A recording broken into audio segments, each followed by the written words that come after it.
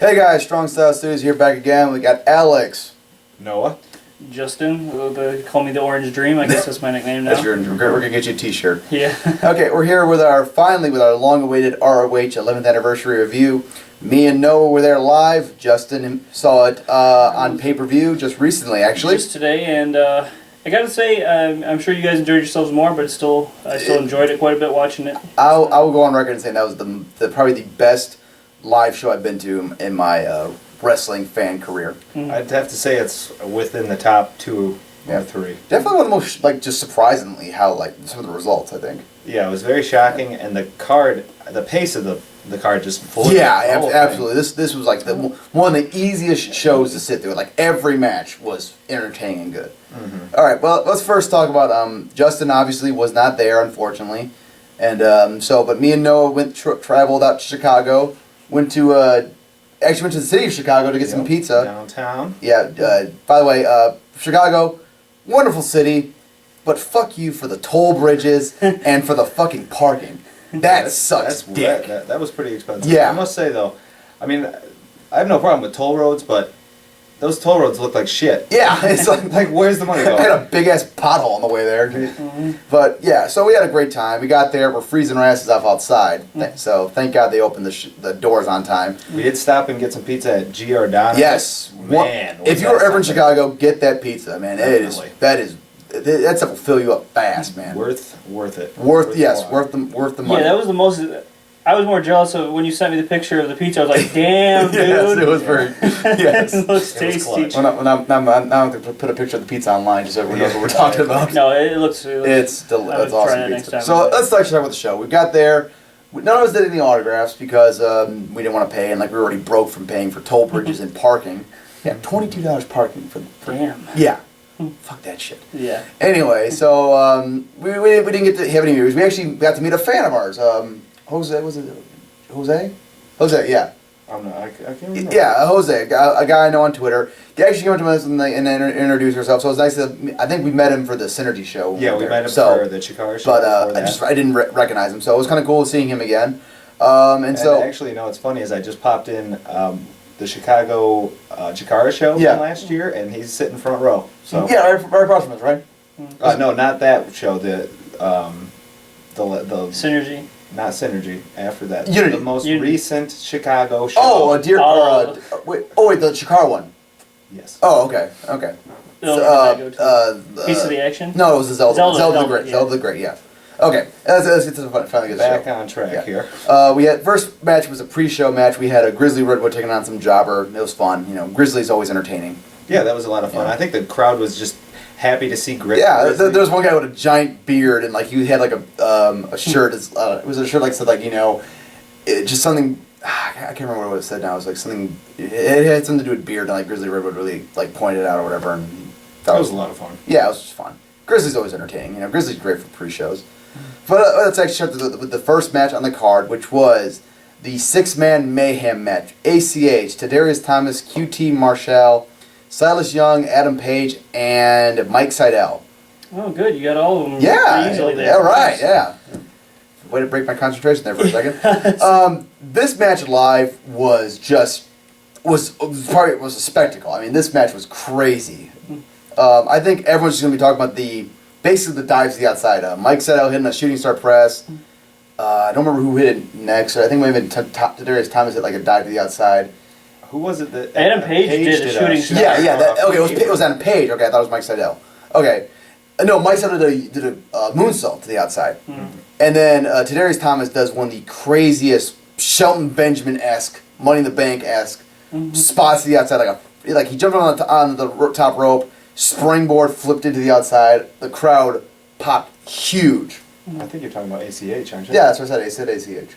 No, you didn't. Okay. But ACH, anyway, ACH, sorry. Then they followed that spot up with an even crazier spot with Evans. Yeah, Archibald Peck, R.D. Evans, got up on the second rope, and Silas Young proceeded to superplex him to the outside into everyone, which, R.D. Evans, he is willing to take some crazy spots, man. Man, I remember that point especially because, actually, maybe it was the ACH spot, but the place came undone. It was the opening match, and the place was already going batshit crazy. And it was you just, really couldn't have started the show better. this was absolutely for the crowd. Yeah. Yeah, I was gonna say watching it live, like the crowd was definitely like really hot, and it's like they were so hot they wore themselves out a bit, but they kept staying hot throughout the entire show. So I was impressed by the crowd.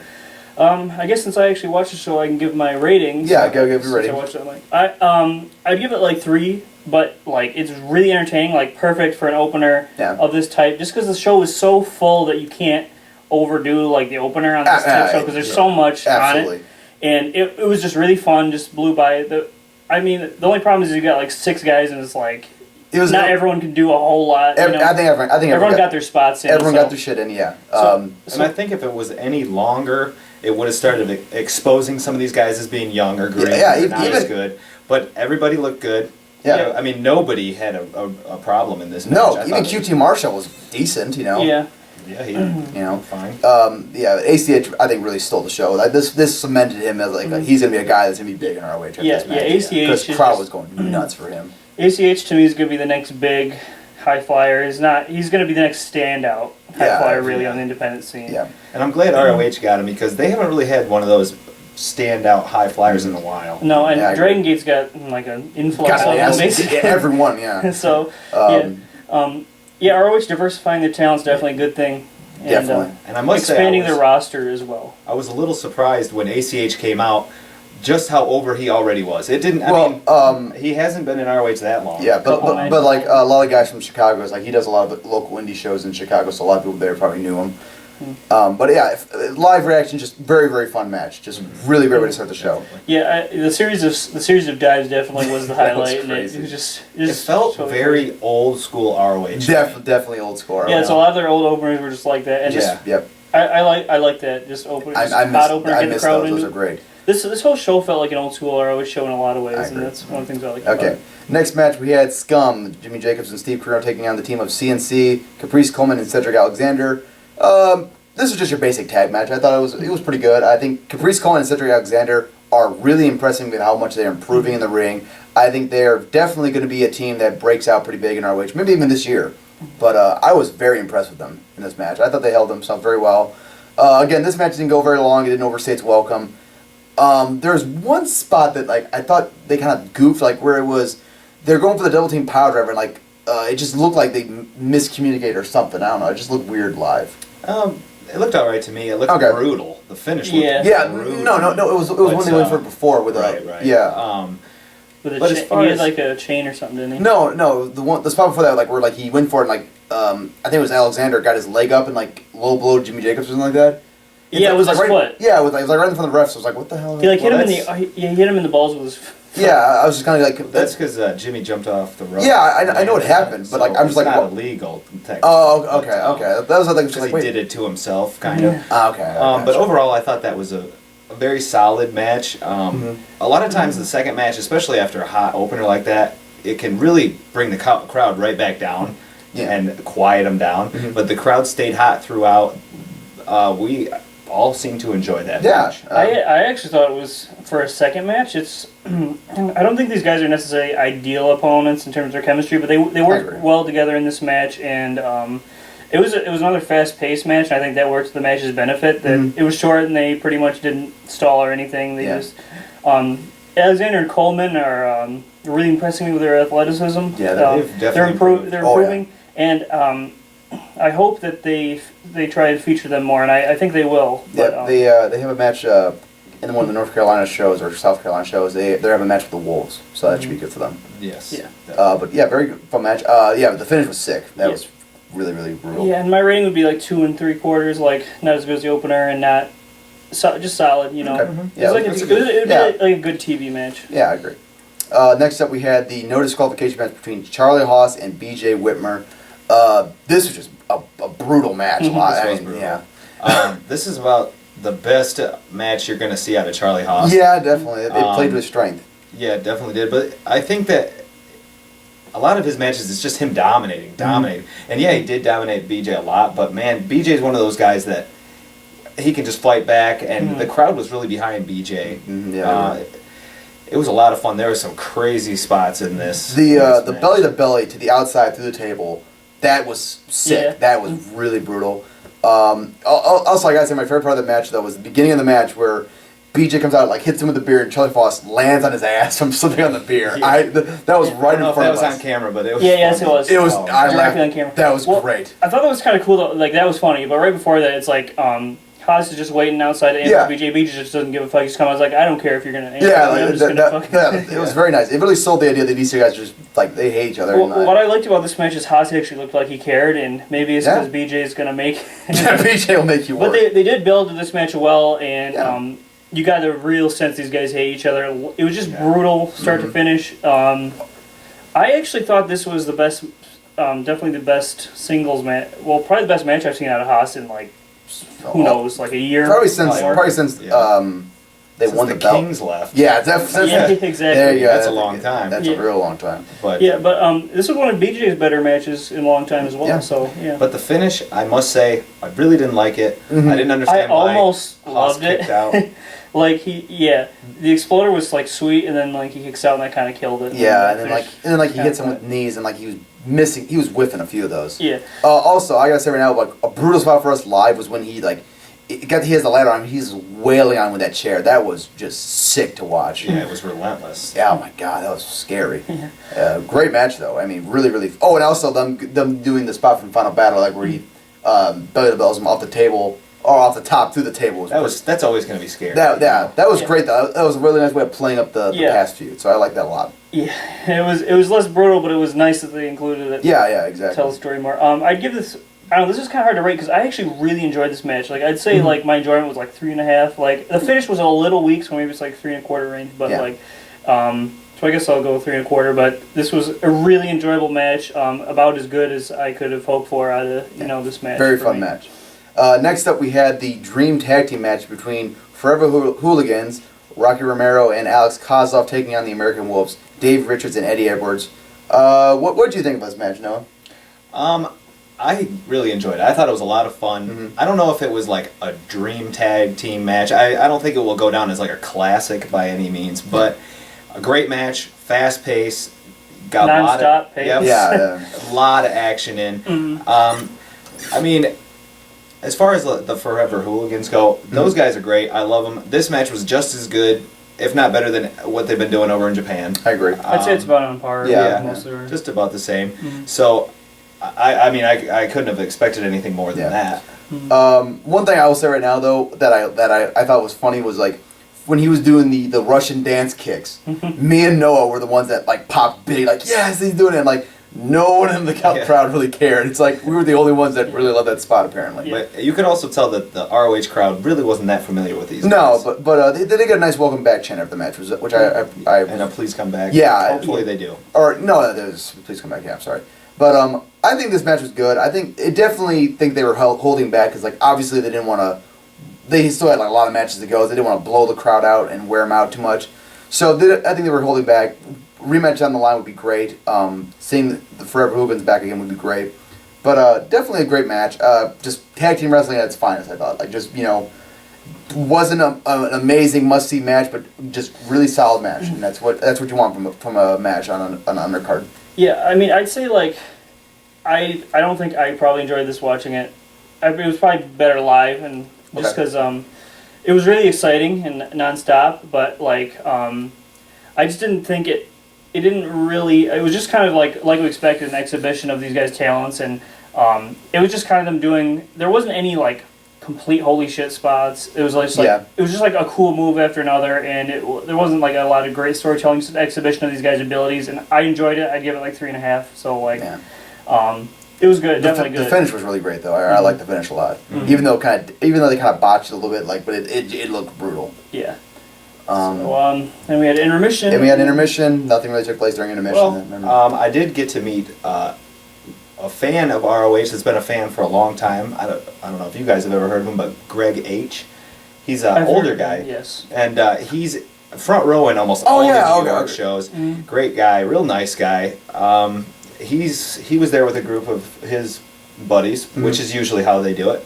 Just wanted to mention that. It was great to see him. I think you pointed him out to me. I didn't recognize him, and I didn't go over and meet him, but yeah, that's cool. It was nice to meet him. And also I noticed during intermission that all the women wrestlers were in the crowd. A few, like Athena was there, Mischief, and like basically the women wrestlers that were on the TV show the next night were there live. And, like, and I think I even saw Scarlett from Chikara's.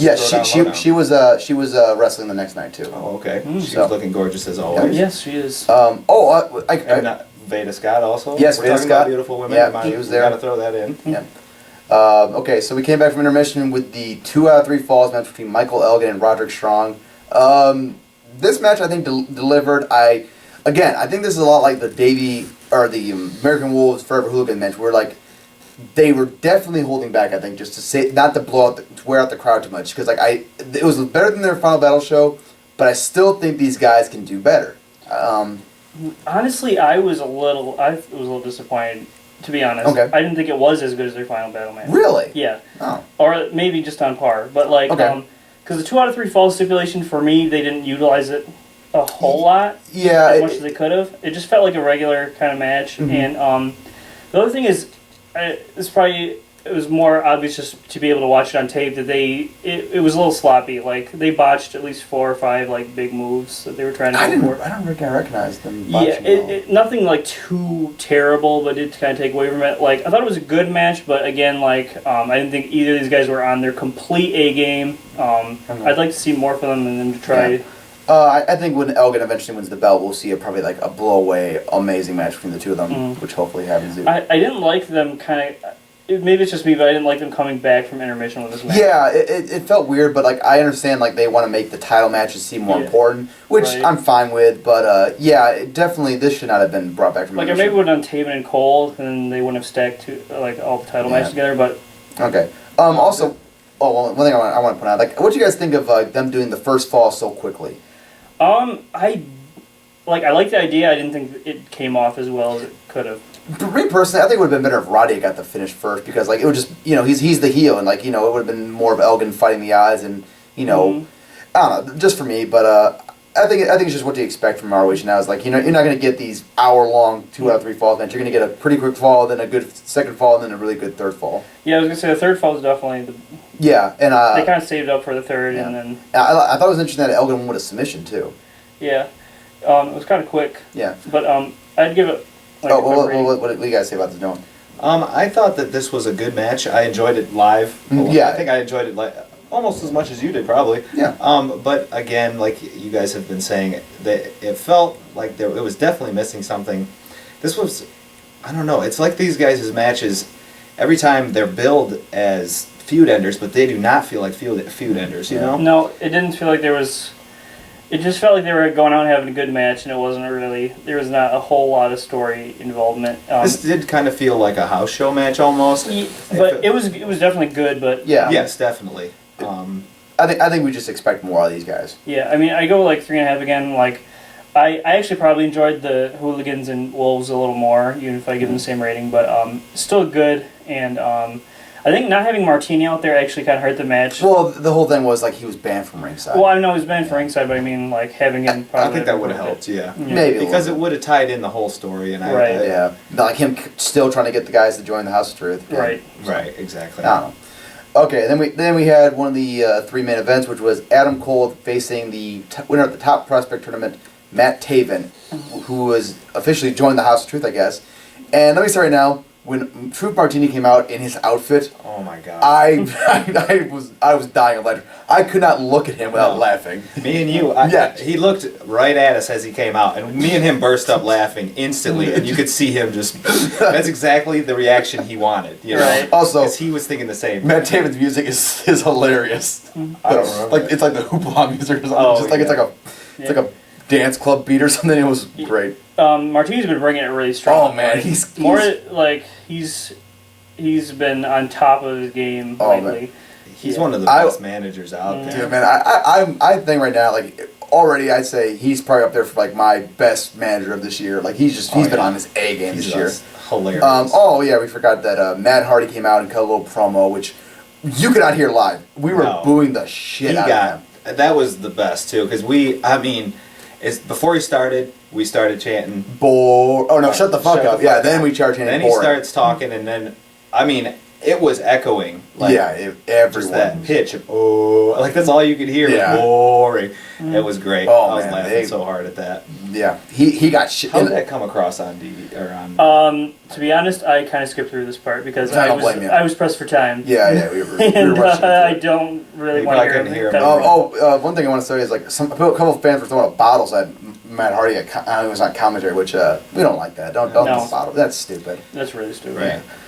Anyway, the match between Cole and Taven. You know, there's actually a match here. We forgot to mention that. You know. Yeah. Pretty good match. I definitely think that Taven looked a little sloppy out there. Not like horrible, but like I think that if he was in the ring with anyone else but Cole in this kind of match, I think he might have botched a little bit more. But I think Cole really helped make him look good here. I think. I think he looked good. I remember leaving the show. I felt like this was probably the weakest match, just from a live perspective. I agree. It slowed things back down a little bit. And I'm one of those guys that I hate 15-minute time limits. Yeah. I hate it when you tell me there's a 15-minute time Yeah. limit, because then I'm thinking, man, this is going to be fast paced. These guys only got 15 minutes, and then when they go out there and slow it down, it's like, all right, let's. Yeah. I know where this is going, but it was a good match. I don't think anybody thought Taven was No, going that to win. people were shocked. Like I was just like speechless when he won. It was like almost silent when he actually. Yeah, like because like I think it just was like people were like wait, he won? It's like just none of us thought he was gonna win. No. Yeah. None of us. It is interesting though, differences between live and just watching on my computer. I thought this match exceeded my expectations. Okay. I thought Taven looked good. And that's what I've heard. Not Yeah. on Cole's level, but Cole definitely carried the match a Yeah. lot. But I was impressed with him. Good performance for being thrust into like a big spot. I think he's got the heel thing. He's good Oh, at being he's a a heel. good. He was a good heel. Yeah, yeah. Martini definitely adds a lot. Definitely, to that. yeah. I will say the finish was very good. The finish came out very nicely. I thought. I will say like it did start. It was slow to start, and then the finishing sequence was very very good. But like I think Adam Cole's like reaction, like when he was just shocked. Like I think that matched the crowd. Like nobody expected him to win. Like everyone we watched was like, I can't believe that. But I was talking to both of you about this. Just how I feel like Adam Cole's reached the point where that TV title was doing nothing for him. Additionally, like he's already been the TV champion for a good amount of time, and so it's like it was good to get him off it. And I think Taven's the right guy to put on the belt because he's a young guy. You can build him up. You can have him defending against other young guys. You can get matches with veterans to get him over. So I think it's a smart idea to use the TV title to elevate the younger guys. And if he sucks, you don't have a problem just taking the belt. Yeah, exactly. You can take it off him real You quick. just take it off in the next match. One if you want gripe to. I do have about Cole losing the belt, and this is more of over the past year of when he held it, is that he only defended it like 5 times. Yeah, he didn't defend. Like that was disappointing. I understand that there's the proving ground and all that, but this is a title, and it's only a TV title. I get that, but He did defend it. He did defend it on television, I think. He really only defended a handful of times, and that was kind of disappointing. I wish they'd just made the Jimmy Jacobs match from Dearborn just a title match instead of a proving ground match. That'd been better, I thought. Yeah. Yeah, I mean that match didn't really need any. No, more, but yeah, that would have been cool. Anyway, then we have the co-main event, which was the Briscoe Brothers defending their ROH tag team titles against a team of reDRagon, Bobby Fish, and Kyle O'Reilly.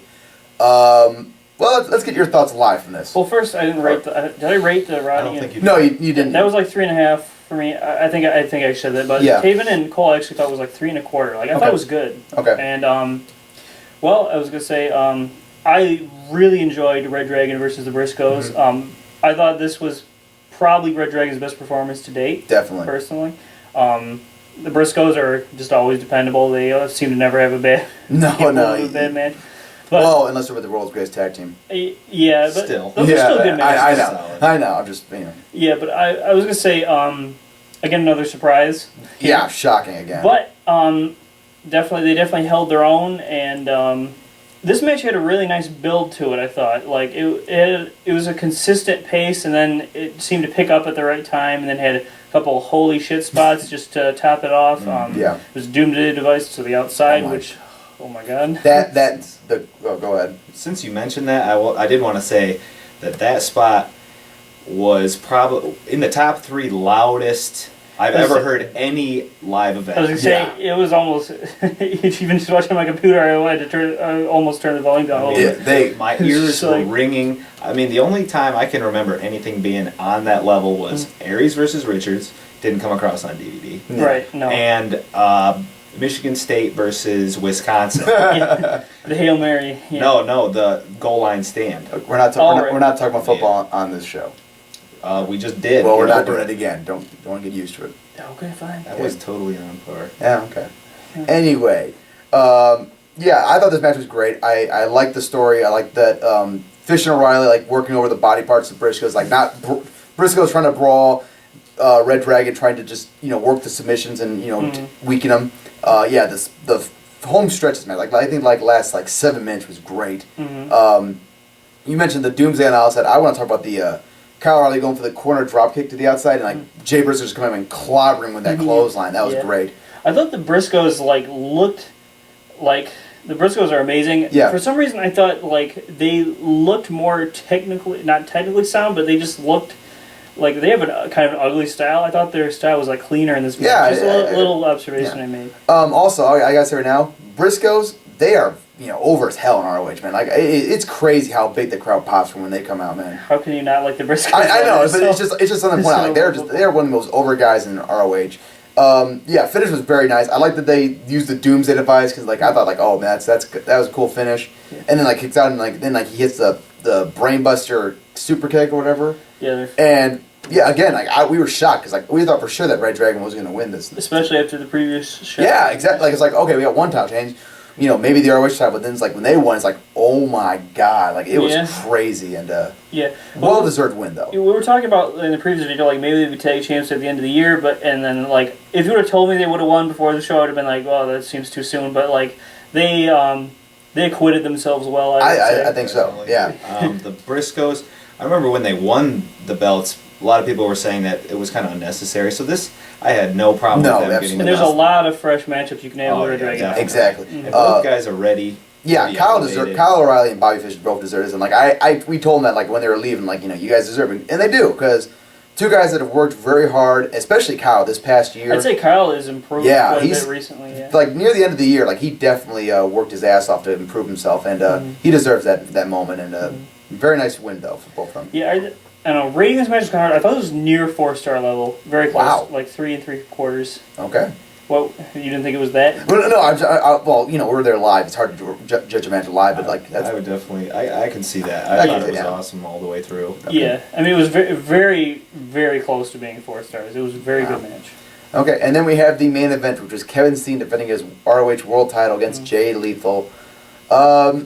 This match, I'd just say, I think this is... I think we definitely could have seen a title change happen here. It looked like a few times it was going to be a title change. Just great match, I thought. It was just really, really fun. Yeah, a lot of... this had a lot of false finishes that made you buy it. Oh, yeah, definitely. And what this match did that I loved was that they... before the match, I wanted Steen to retain. I really didn't want Lethal to win. But they build up Lethal so well as the face here. It's it's hard not to root for him just because the way they built the match is to put all the odds against him, and it was just kind of a lot of times people are rooting for Steen more so, even though he's supposed to be the heel. This time they did a good job getting the crowd behind Lethal. I like that too. I was worried about that going in if the crowd would accept Lethal, and a lot of the crowd did. Yeah. Steen was still very over, but I think crowd was we like Lethal too, but Steen was very still. It was pretty even. It was they got behind kind of both guys.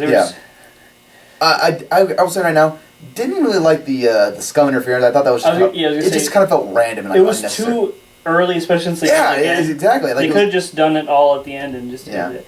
But what it did do that was good, even though it kind of slowed the match down for a little bit, was it did help put the odds against Lethal more, and I was glad that the match. I thought it was going to be almost over, and I was that might be a little disappointing. But then they went on a long time after that. So I was worried when Scum came out and they were doing their interference. I was a little worried. I was oh no, this might hinder the match. I wasn't sure if the match was going to be right. Yeah. But what I did like that this did for the match was that after the Scum came in and then left, the match went right into near falls and finishers and every one of them you didn't know because how long did that go? It was another almost 10, 15 minutes or whatever. Like just like really After great. that, I lost track. Yeah, it was because I it thought was crazy. every fall was going to be it. Lethal kicking out the package power drive was a big pop. I could not believe that. Yeah. And going through the table with the F5. Holy crap. Yeah, and Lethal hit like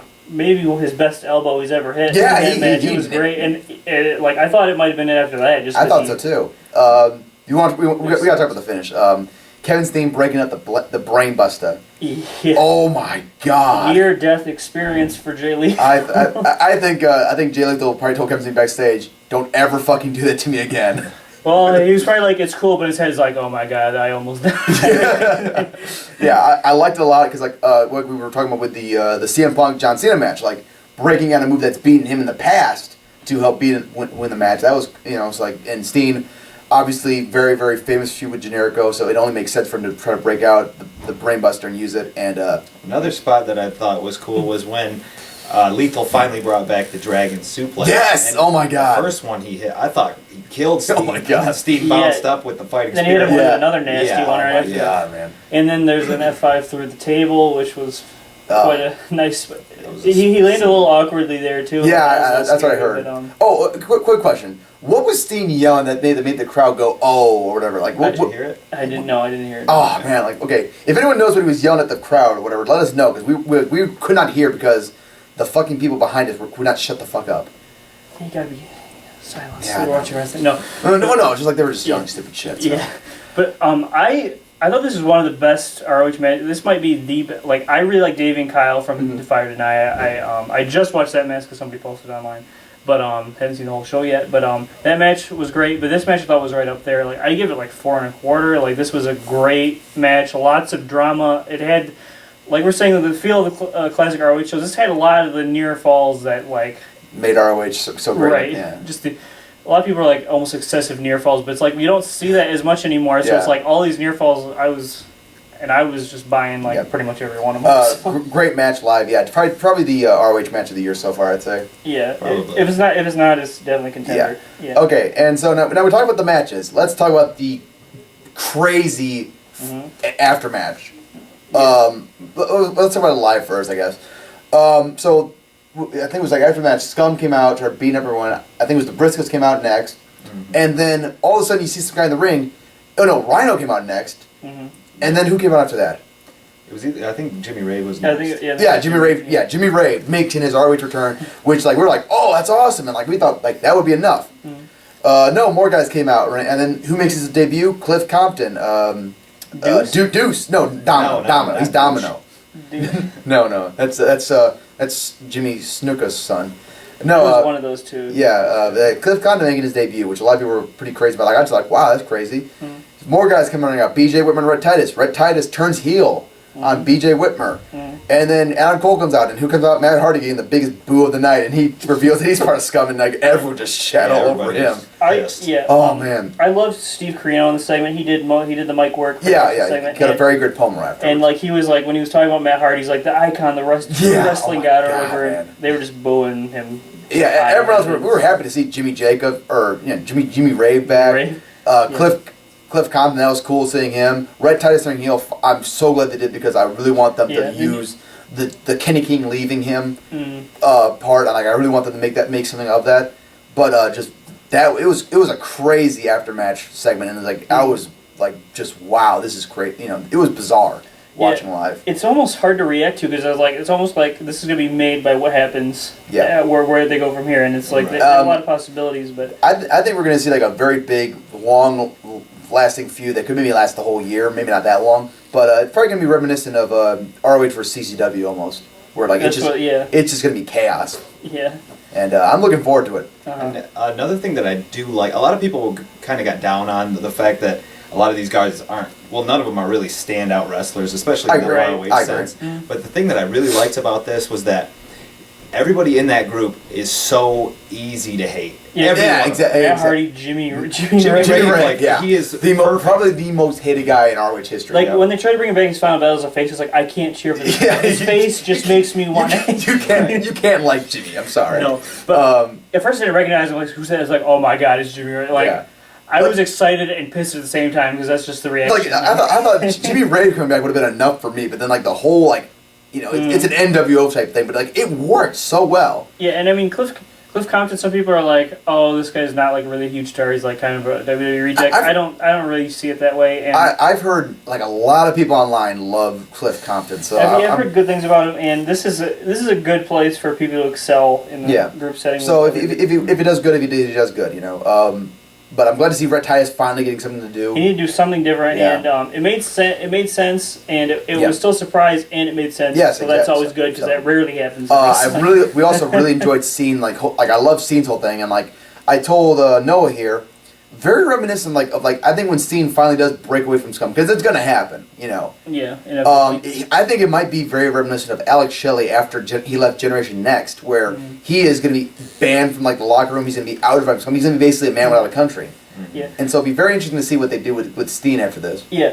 The thing is, it's always hard to book angles like this, but the guys they have are just so some of the guys they have, like Jimmy Rave, just so entertaining. Steve Carino, so entertaining. Kevin Steen, endlessly entertaining. Yeah. Jimmy Jacobs. I mean, it's just so many guys who are great on the stick, great at playing their characters. Yeah. And it's I think this feud could be very good. But again, it could be very good or it could be very bad. It's probably gonna have its rough spots, but overall, I think it's gonna be. I think it's gonna come off. And I think that how people are already yeah, I'm excited for this. I'm excited to see what happens. I think that's a very positive thing to have going into a very big feud like they have going on. And here. ROH is taking risks again, not just doing stale same things over again. So. Yeah, I thought I was saying before the preview we're gonna see Scum. This is gonna be the end of Scum and everything. And nope, I guess not. Holy shit, you know. So. And another thing that you guys mentioned, there's so many possibilities that they could go from here. Yeah. I have my theories, but I don't want to get into that. Okay. We'll talk about that another time. The thing that's great about it is that you really could go anywhere with anybody. The whole locker room was in the ring at the end of the show, so it could go anywhere. Yeah. We're gonna see some. I think we're gonna see some great matches come out of that, and or some brutal matches. We're gonna see some brutal matches. That's for sure. If Jimmy Jacobs is involved in any way, there's gotta be some brutal matches at some point. Well, overall, what would you get the pay-per-view? I thought this was a great show. I thought this was one of ROH's best shows in recent memory, for sure. I thought this was better than Final Battle. I can agree with that. And probably not quite the level of Glory by Honor, but near that level. It was just such an easy... Every match was good. It was just very easy to sit through. It just blew by. It blew by for us a lot. We were just having so much fun watching this. A couple matches were just slightly disappointing, but then some of the other matches I didn't expect to be as good, over-delivered. So overall, I'd give it 8.5, maybe 8.75. Really good show. Okay. Obviously one of the best shows of the year so far. Okay. All right. For us, I think we can agree. Probably one of the best live shows we've been to. At least for me. I know you've been to Aries versus Richards, which probably was maybe better than this. It's hard to say. This one was more very different, consistent, solid, very different. Yeah, that was that's the thing about I noticed about the ROH recently is ever since Delirious took back over, it's just very consistent. All the shows is just consistently good. And one thing I've definitely noticed is it seems like during the Cornette era, it seems like some of the guys are getting burned out, maybe not doing their absolute best. It seems like there's more of the morale seems to be up. People are trying, seem to be putting in their best efforts a lot more. Yeah, exactly. I'm seeing these guys just having. I think people were a little uptight for a while, and now they're just kind of letting loose and doing their thing, and just it just feels like ROH is back. I think it's clear to say that ROH is back to its glory days, maybe. Hopefully, it's definitely a lot better than it was doing last year. Definitely on the rise. Okay. All right. Well, for all of us here at Strong Style Studios, thank you for joining us. Take care. Bye.